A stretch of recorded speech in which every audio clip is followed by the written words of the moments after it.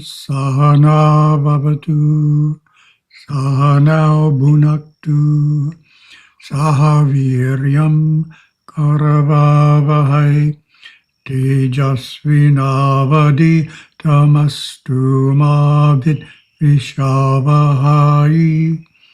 Om Shanti Shanti Shanti. Oh, we just finished our Thaipusam Murugan Puja here, Rohara Muruga, just a few minutes ago. So I think that's where some of our devotees are. They're in our temple here, and others in Mauritius are getting ready for the first Sunday of the month. So that's why we're a little short on participants.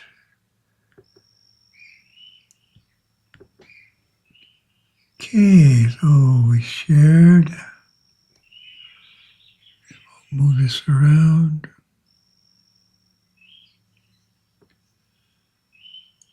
Okay.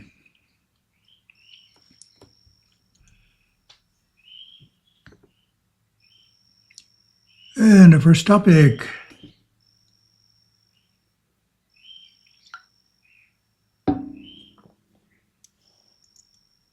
The Yoga Sutras.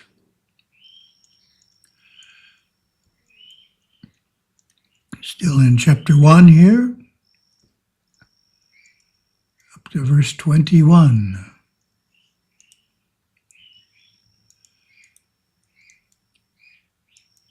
Start talking about Samadhi. Samadhi is near for the intensely ardent. Comment. Samvega, intense ardor, a common term in Hindu and Buddhist yoga traditions, refers to the desire for realization. It is a spirit, a yearning, and a sense of urgency required for advanced practices. Samvega. Such intensity is needed in any extreme pursuit, whether sports, music, science, or other advanced endeavors. While the word samadhi does not actually appear here in the Sanskrit, it is clearly discerned from the context.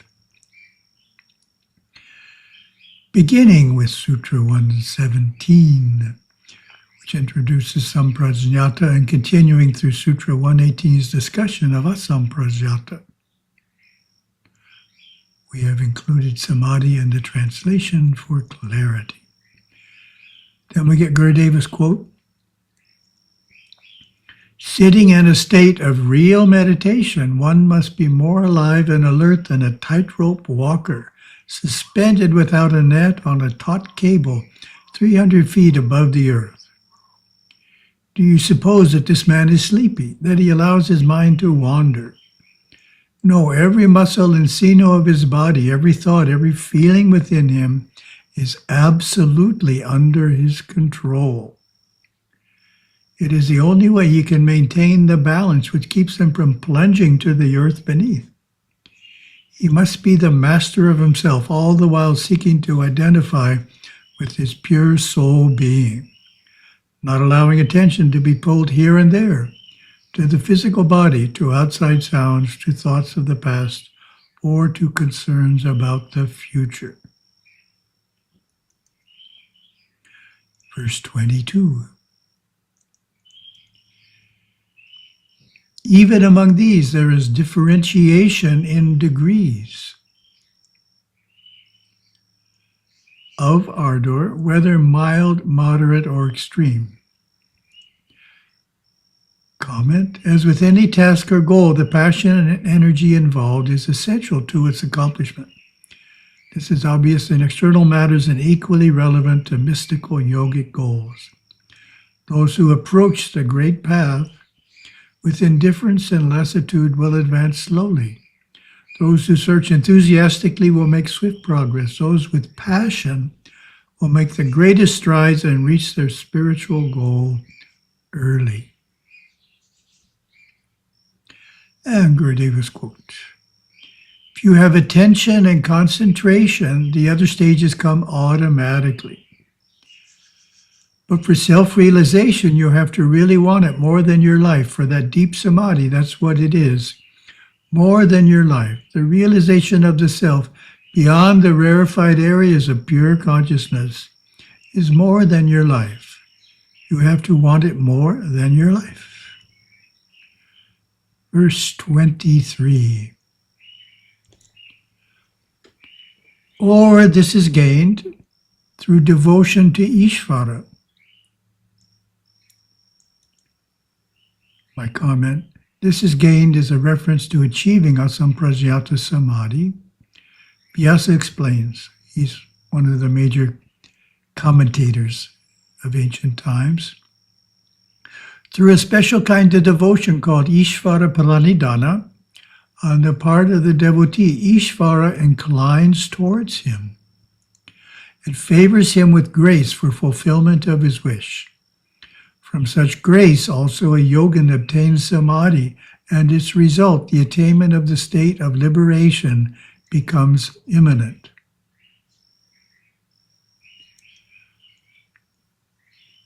My comment continues. We arrive at a key juncture in Patanjali Sutras where he stresses the importance of devotion to God. As discussed before, this is where Vedanta and Siddhanta diverge. Most commentators leaning towards Advaita Vedanta, which regards devotion as a lesser practice, more or less set this sutra aside. For to them there is no divine ruler Ishvara in the sense that Patanjali implies. Saiva Siddhanta, on the other hand, holds devotion as central to the spiritual path.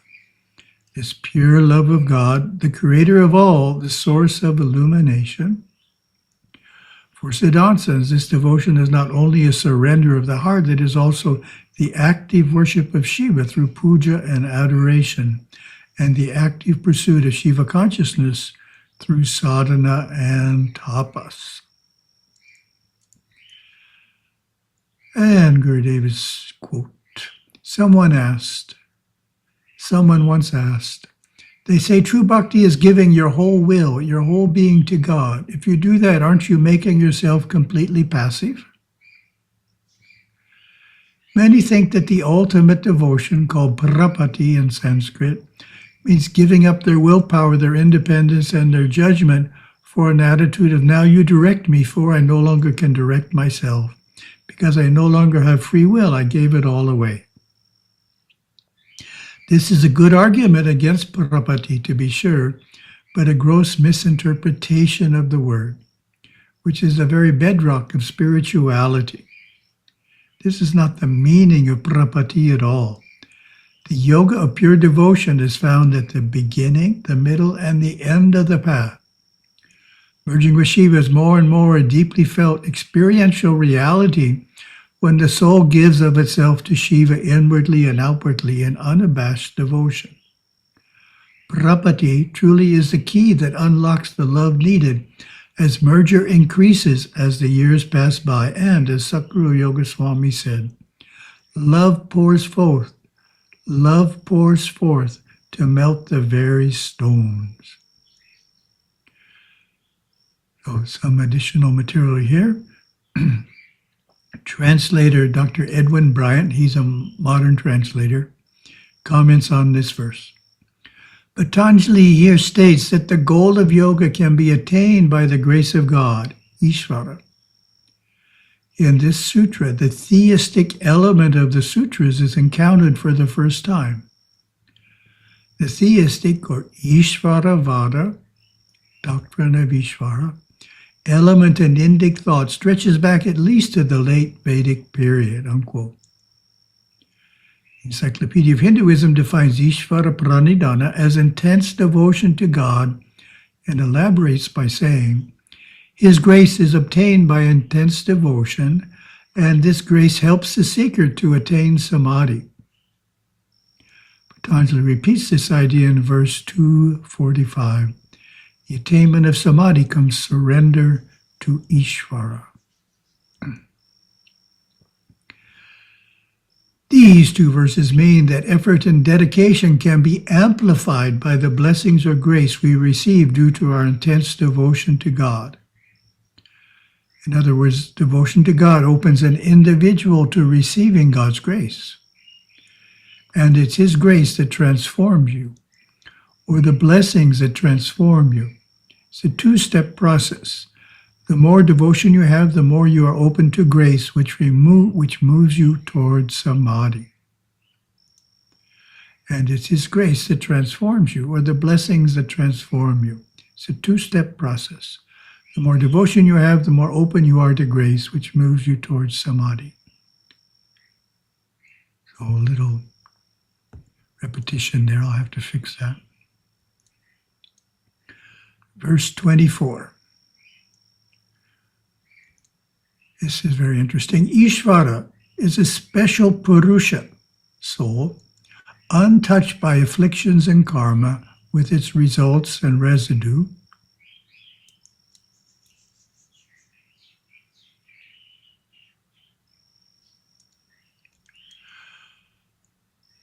Commentary. Though God, Ishvara, is a Purusha, a self or soul, just as are humans, He is distinct from all other Purushas. Siddhanta, He is known as Maheshvara, the Great Lord, or Parama Purusha, Supreme or Primal Soul. Two distinctions between Ishvara and other souls are mentioned in this sutra. The first is not being affected by the 5 kleshas, which we'll look at more later, which are ignorance, I amness, attraction, aversion, and clinging to life. The second is not being affected by karma. Karmas can be divided into 2 categories. Arabdha, begun or undertaken, karma that is ripening into its natural expressions in one's life, positive, negative, and neutral, and anarabdha, not commenced. Karmas that still lie dormant in their seed or stored form. Ishvara is not affected by either.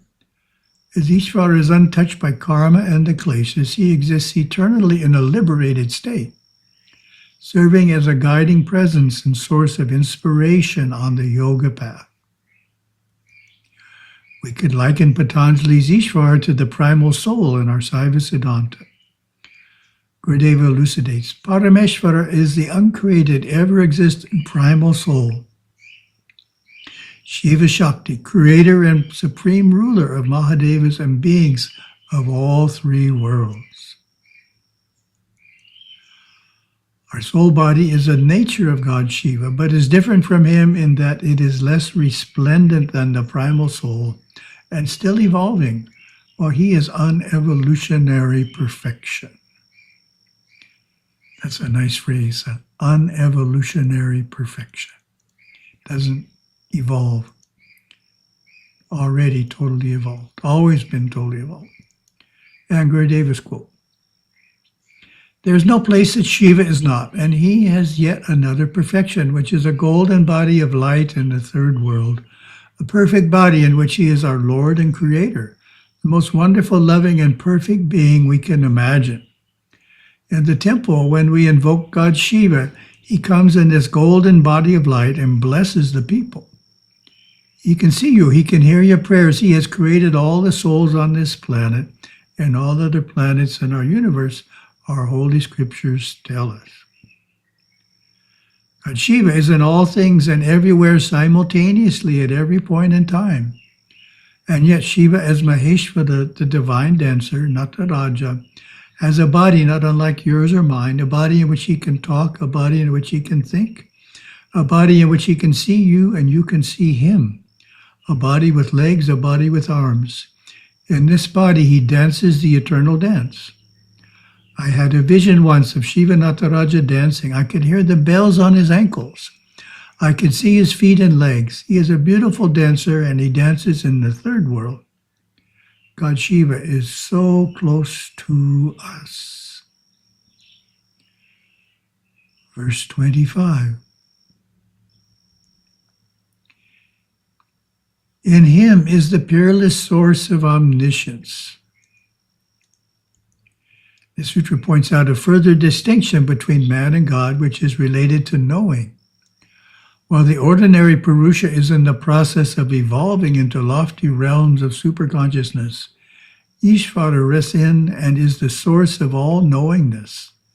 Sarva Jnana. And Gurudeva's quote, Para Shakti, supreme energy, is called by many names: silence, love, being, power, and all knowingness. It is Satchidananda, existence, consciousness, bliss. That pristine force of being which is undifferentiated, totally aware of itself, without an object of its awareness. It radiates as divine light, energy, and knowing. Out of Parashiva ever comes Parashakti, the first manifestation of mind, superconsciousness or infinite knowing. God Shiva knows an infinite, all-abiding, loving superconsciousness. Shiva knows from deep within all of his creations to their surface. His being is within every animate and inanimate form. Should God Shiva remove his all-pervasive Parashakti from any one or all of the three worlds, they would crumble, disintegrate, and fade away. Shiva Shakti is the sustaining power and presence throughout the universe. This unbounded force has neither beginning nor end. Verily, it is the divine mind of Lord Shiva. The Vedas say he is God, hidden in all beings, their inmost soul, who is in all. He watches the works of creation, lives in all things, watches all things. He is pure consciousness beyond the three conditions of nature. Verse 26. Interesting one. Unbounded by time, he is also the Guru of the ancients. This sutra is pointing out that the original source of knowledge concerning yoga is Ishvara, not a human being. One of the common representations of Ishvara as teacher is the Murti of Dakshina Murti, in which Lord Shiva is depicted sitting under a banyan tree, silently teaching 4 rishis at his feet. It is said these 4 were the first to be taught by Shiva himself, the loftiest truth. Thus, from the very beginning, Shiva has been the Guru of Gurus and will forever be so.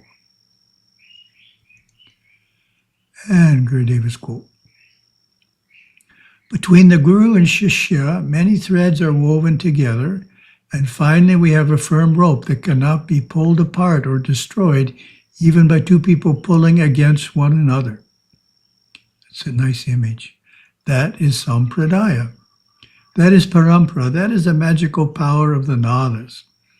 As we look at this great line of Satgurus coming from Lord Shiva himself, through Nandinada and countless ones before Nandinada, to Rishi Tirumular and countless rishis after him, to the rishis of Bangalore, to the Rishi of Bangalore, to Kadai Swami, Chalapaguru, and Yoga Swami, we see the same spiritual force flowing. We see an undaunted, rare succession of individuals who consider diversity a boon from the gods, wherein all the accumulated karmas to be wiped away come together in one place to be taken care of all at once. Isn't that a great definition of adversity? Adversity is a boon from the gods, wherein all the accumulated karmas to be wiped away come together in one place to be taken care of all at once. Second topic, path to Shiva. Lesson 18, what is our affirmation of faith? How would you answer that question?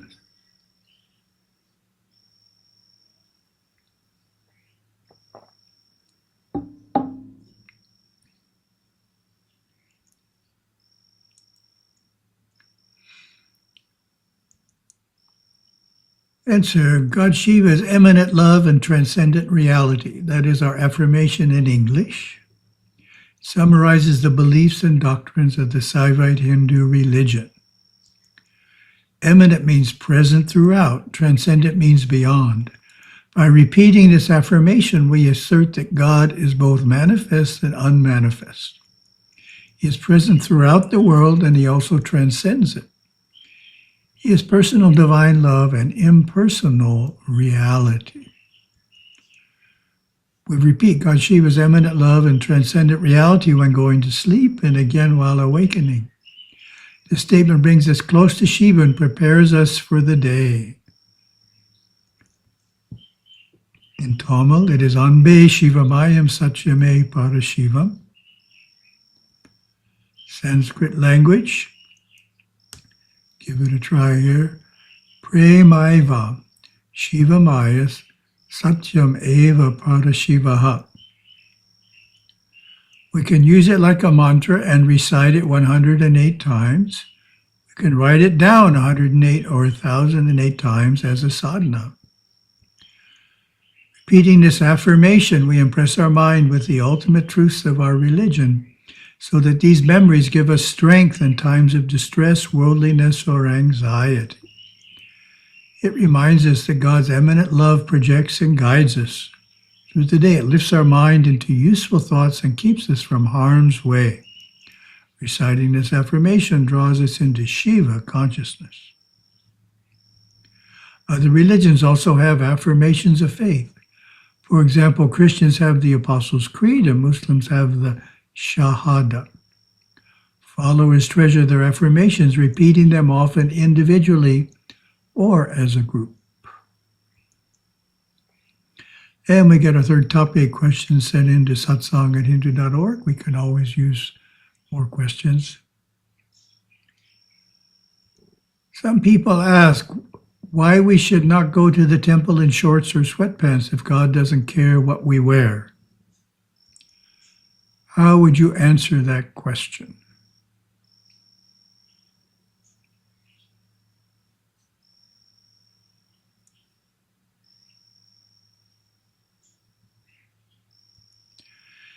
It is good to have special traditional Hindu clothing that you only wear to the temple. Simply wearing this elegant attire helps put you in a religious mood. So that's the idea. Simply wearing this elegant attire helps put you in a religious mood. Of course, the children should also have their own traditional outfits for the temple. And of course, the best children's outfits are found in Bali. They really excel dressing up the kids. Taking an example from sports, members of a sports team put on a common uniform. Just wearing the uniform causes them to put more life force into their physical body and also helps them feel like a team rather than separate individuals.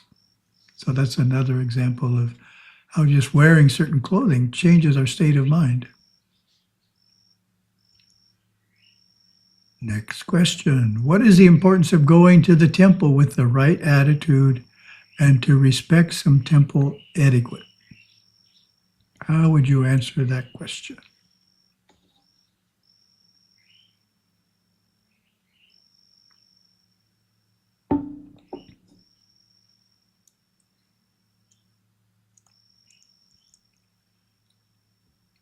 So before giving a direct answer, presenting some material here. Attending pujas at a temple in the home shrine is an effective way to purify the mind, chitta shuddhi. This involves an aspect of puja and homa that is not often presented, which is how it relates to the flow of prana. Except for the times arati is performed, puja is a process of giving prana to the deity. This is done through the priest presenting the devotees offerings of cut fruit, cooked food, water, fragrant flowers, and milk. Then, during the arati, the deity and his helpers or devas reflect back this prana into the aura of each devotee, purifying it of subconscious congestions. The devotee so blessed leaves the temple feeling uplifted and relieved of mental conditions he had been burdened by.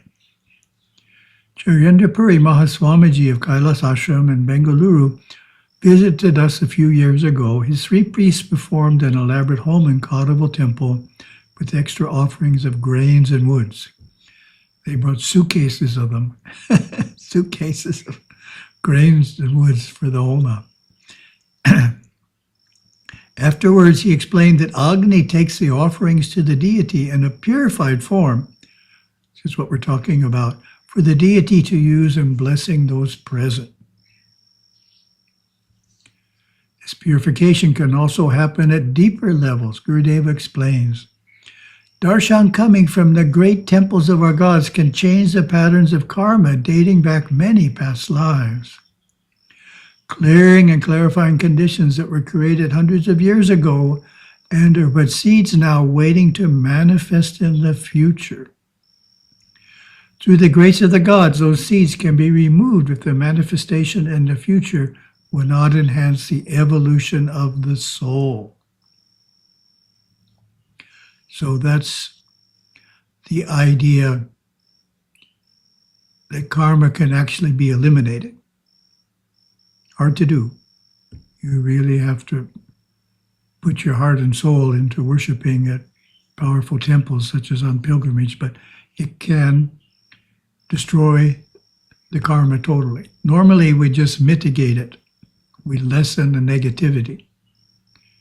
Our normal sadhanas just mitigate karma, but the situation Gurudeva just described actually eliminates it. So the actual answer to the question, to receive these benefits from going to the temple is not automatic.